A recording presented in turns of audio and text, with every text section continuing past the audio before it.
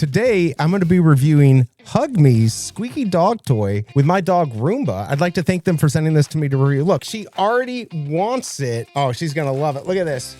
She definitely, we were playing upstairs with this. She loves this.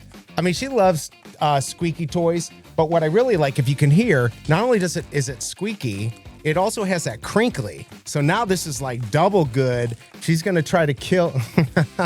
She definitely, look at her. She definitely loves this. And what I really like is that this is machine washable. You can get it, Roomba. Here.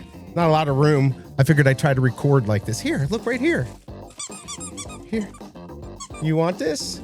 This is actually what it looks like. It's a pretty good size. There's my hand right there.